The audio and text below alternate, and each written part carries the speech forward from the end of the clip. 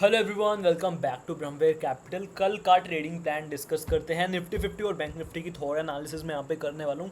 कल क्या market fall होगा, या मार्केट अपना डाउन ट्रेंड कंटिन्यू करेगा, या फिर मार्केट में यहाँ से एक रिवर्सल देखने को मिल सकता है। बहुत ही इंटरेस्टिंग लेवल पे मार्केट अभी ट्रेड कर रहा है। तो पहले बात निफ्टी 50 की करते हैं। वन डे के टाइम फ्रेम पे पहले मैं आपको ट्रेंड एनालिसिस बता देता हूँ। तो ये देखिए, वैसे मार्केट बहुत क्रूशियल जोन पे ट्रेड करे, ये मेरे लिए एक इंपॉर्टेंट लेवल होने वाला था जहाँ से मार्केट ने इसकी थोड़ी सी रिस्पेक्ट की है। यहाँ पे एक पुल बैक देखने के लिए मिला है, लेकिन इसका मतलब ये नहीं कि मार्केट इसके ऊपर सस्टेन कर गया। सस्टेन के लिए मेरे को अभी भी 2-3 दिन की कंफर्मेशन चाहिए कि मार्केट में से ग्रीन कैंडल्स दिखे, उसके बाद ही जाके मैं बोल पाऊंगा कि मार्केट सस्टेन किया है। क्योंकि आपको ये नहीं भूलना चाहिए, चाहे क्रैश हो चाहे डाउन हो, वो मार्केट पहले नीचे आता है। अब आप देखो, 1 2 3 4 5 6 दिनों में एक भी अच्छी ग्रीन कैंडल नहीं बनी है, तो ये पुल बैक हो सकता है। इसको रिवर्सल अभी आप मत समझिए, कम से कम 2-3 दिन एक वेट करिए। 2 दिन कम से कम प्राइस इस लेवल के ऊपर सस्टेन हो जाता है, जहाँ पे मार्केट अभी ट्रेड करे वहाँ पे कंसोलिडेट भी करता है।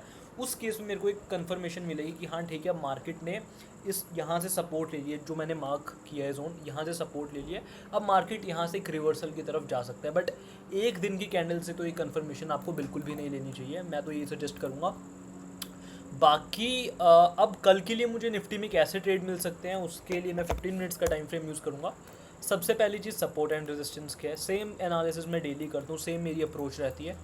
तो डेफिनेटली एक इम्पोर्टेंट सपोर्ट रहने वाला है, क्योंकि मार्केट ने इसकी रिस्पेक्ट की है। तो इस लेवल को तोड़ना इतना आसान नहीं होगा। 24,553 का जो लेवल है, इसको नीचे कर देता हूँ एक्चुअली मैं। इसको ब्रेक करना इतना आसान नहीं होगा।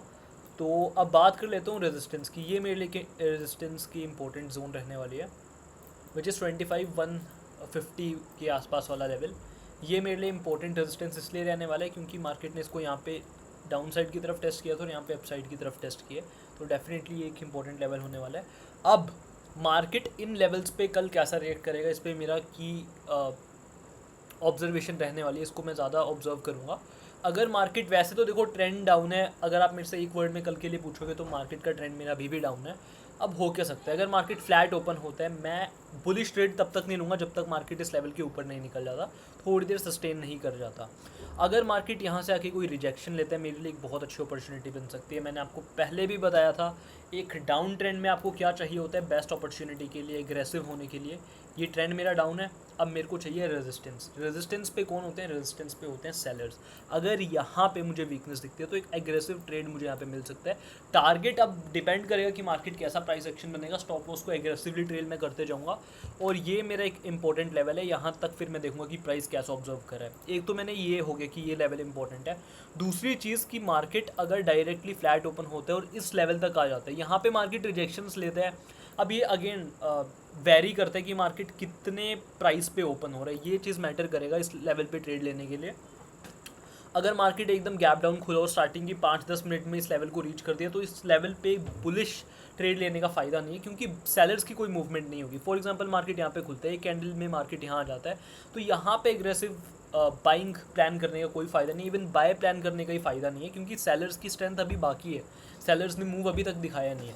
तो इस केस में बेस्ट क्या है, मैं चाहता हूँ मार्केट फ्लैट ओपन हो या फिर थोड़ा सा गैप अप ओपन हो और मार्केट धीरे धीरे करके यहाँ पे नीचे है। सेकंड हाफ में मुझे यहाँ पे कोई वीकनेस मिलती है, उस केस में मैं एक बाय प्लान करके काम कर सकता हूँ निफ्टी 50 में।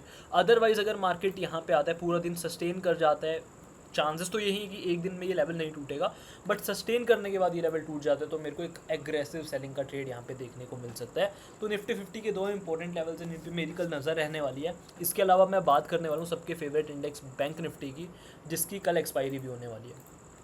तो सबसे पहले 15 मिनट्स का टाइम फ्रेम है। ट्रेंड वही सेम है, मार्केट एक डाउन ट्रेंड में है, मार्केट ने यहाँ पे पुल बैक लिया है, और ये मेरा इंपॉर्टेंट लेवल है, राइट। इसको ढंग से मार्क कर देता हूँ जिससे आप लोगों को हर एक चीज़ क्रिस्टल क्लियर है। तो ये जो लेवल है मेरा 5383, इसको नीचे कर देता हूँ थोड़ा सा नीचे। यहाँ पर 5192 का लेवल मेरे लिए एक इम्पोर्टेंट सपोर्ट रहने वाला है। और रेजिस्टेंस की बात करूँ तो ये पूरा लेवल जहाँ तक, वैसे तो मल्टीपल रेजिस्टेंस है, एक रेजिस्टेंस ये है, एक ये है, एक ये है। तो इन लेवल्स पे मेरा की ऑब्जर्वेशन कल रहने वाली है।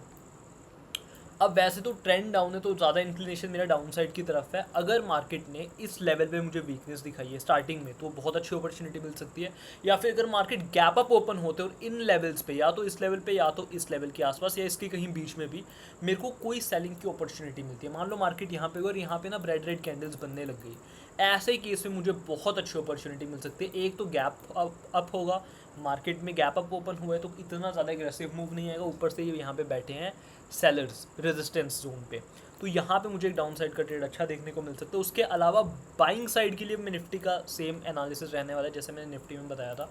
अगर मार्केट काफ़ी गैप अप होने के बाद या फ्लैट ओपन होने के बाद सेकंड हाफ तक इस लेवल पे रीच करता है, वीकनेस दिखती है, यहाँ पे बाइंग अपॉर्चुनिटी मिल सकती है तो मैं लूँगा। अदरवाइज अगर मार्केट गैप डाउन होकर या स्टार्टिंग के 5-10 मिनट में यहाँ पे आ जाता है इस लेवल पे तो यहाँ पे बाइंग करने का मेरे लिए पर्सनली फ़ायदा नहीं होगा, क्योंकि मेरे को कन्विक्शन ही नहीं आएगी।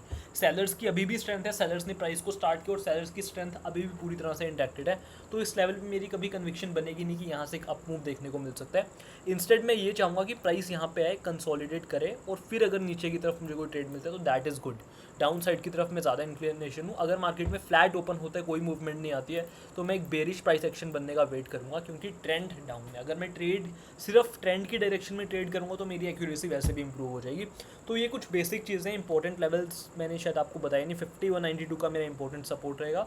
उसके अलावा रेजिस्टेंस मेरे रहेंगे, रेजिस्टेंस नंबर 1 52,502, सेकंड मेरा जो रेजिस्टेंस रहने वाला है वो 52,343 का रहने वाला है, उसके बाद 52,574 का रेजिस्टेंस मेरा रहने वाला है। तो इन सभी लेवल्स पे मेरी इंपॉर्टेंट ऑब्जर्वेशन कल रहेगी बैंक निफ्टी के लिए। तो आई होप आपको वीडियो अच्छी लगी होगी। वीडियो अच्छी लगी होगी तो give it a thumbs up, अपने सभी दोस्तों के साथ अपने से शेयर कर सकते हो। मिलते हैं नेक्स्ट वीडियो में।